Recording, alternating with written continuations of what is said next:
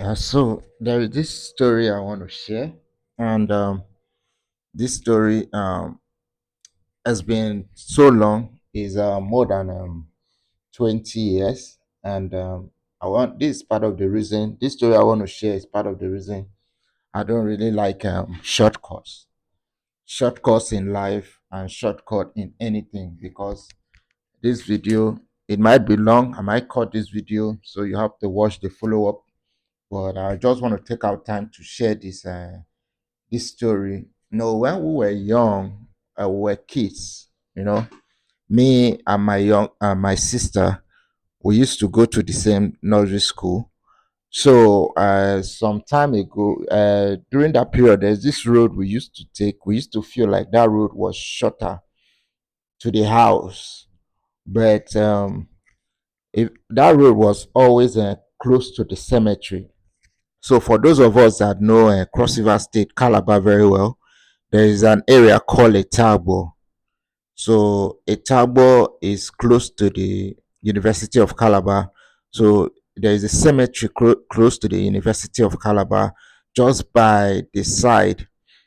So as at that time, probably let's say around 2000 or thereabout, 2000, I was around probably 8 to 9 years within, but I still remember the experience me and my sister got. I don't know if my sister will still remember that, but I still remember it. And that's the reason I hate shortcuts, because what you think is shortcut is not even really shortcut, to life. Is just a it's just a meander of roads to just to get to the same destination. So what happened was that we're coming back from school one time. I think my dad couldn't come to pick us because the school wasn't really too far from the house. So me and my sister, we my sister was older than me, so but we knew the road to the house. So we were walking towards the house. So we got to that road, the cemetery road. So our house is just ahead. So we refused to take the major road to the house. As at that time, the cemetery road was a narrow road. It was always lonely because it was cemetery. Unlike now, that is now tarred and is now well done. People can move and walk around there. Before, it was just a solitary road, in an isolated road, but we used to feel like it was the closest road to the house. So as I we entered that road and we started walking, so we could get to the house faster. So, and the road was also a very dangerous road to walk.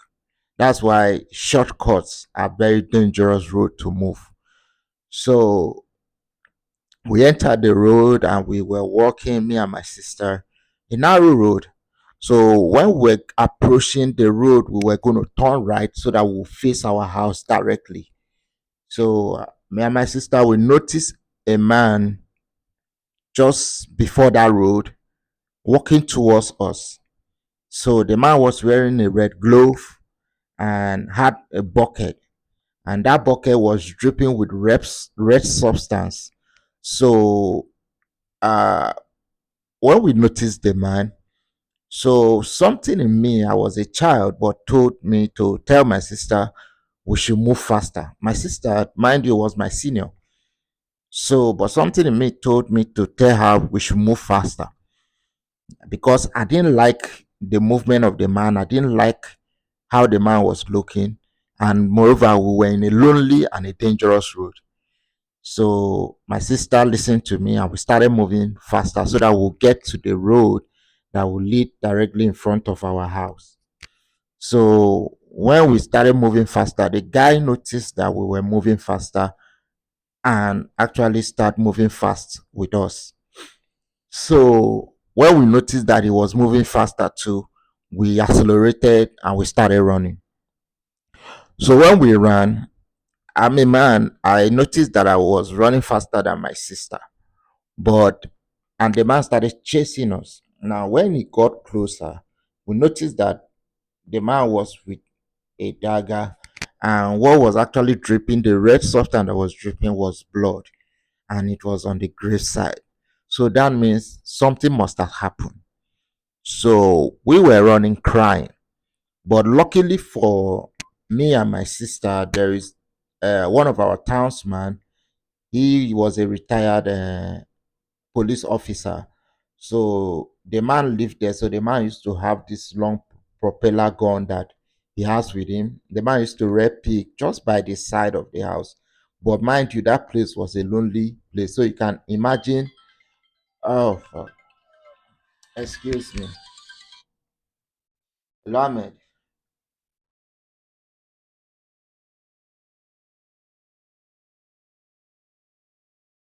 go meet him now. Go meet him.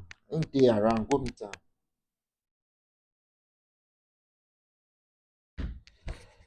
So the man was just staying just by the right of the house there. So luckily for me and my sister, the the man usually locks his gate. His gate is always locked. So if you are going to the man's house, because that environment was always being terrorized by thieves. So anybody that knows Ektabo very well, in the early 2000s, 2000, 2001, you know that was den of thieves, cultism, all manner of evil will happen around that area, just close to the school. So we were sharing the fence with the University of Calabar. So that man was always strict with his doors. So because he had his children and wife in the house, so before he opens the door, he must have carefully checked who was at the door. So, but luckily for me and my sister that day, or for my sister, because I was still running ahead of her, so she was tired, and this man was chasing us, almost getting to us. She was tired, and my sister just ran towards the man's door. And immediately my sister knocked at the door. Immediately, not up to like 5 seconds, someone opened the door and my sister ran in. So once the man saw that it was something bad that was going to happen to us, so the man immediately took his gun, pulled it, and shot it in the air. I was still running because my our house was not far from the man's house, and he shot in the air. So when I looked back, I realized that the man immediately heard the gunshot and started going back. So I ran, and my mom was just in front of the house. She was hanging clothes outside because she was washing. So my mom didn't really know what was happening. She was thought we were excited running back to the house, but what happened was that we just survived either a kidnapping case, or we just survived a ritual attack, or we just survived something bad that would have happened to us. So when I got to my mom, I was running. She was thinking I was happy. So when I come, I was crying and crying. That's when she realized that something was. Where's your sister? I told her that she had turned to the other man's house. Now, the moral of these lessons is that there is no shortcut in life. Sometimes when you look at a road, you say, this road is closer to the house. Really, it's not closer. There is nothing that you want to do that doesn't take a process of time. So that is why I took that thing have been in my heart since I was a child. So I took that process. I don't like anything they say is easy. Easy money. If you just do this, you get this. No, I don't like it. So that was a great lesson for me as a child. And I'm still grateful that nothing happened to us that day, but I learned a great lesson. See you in another one.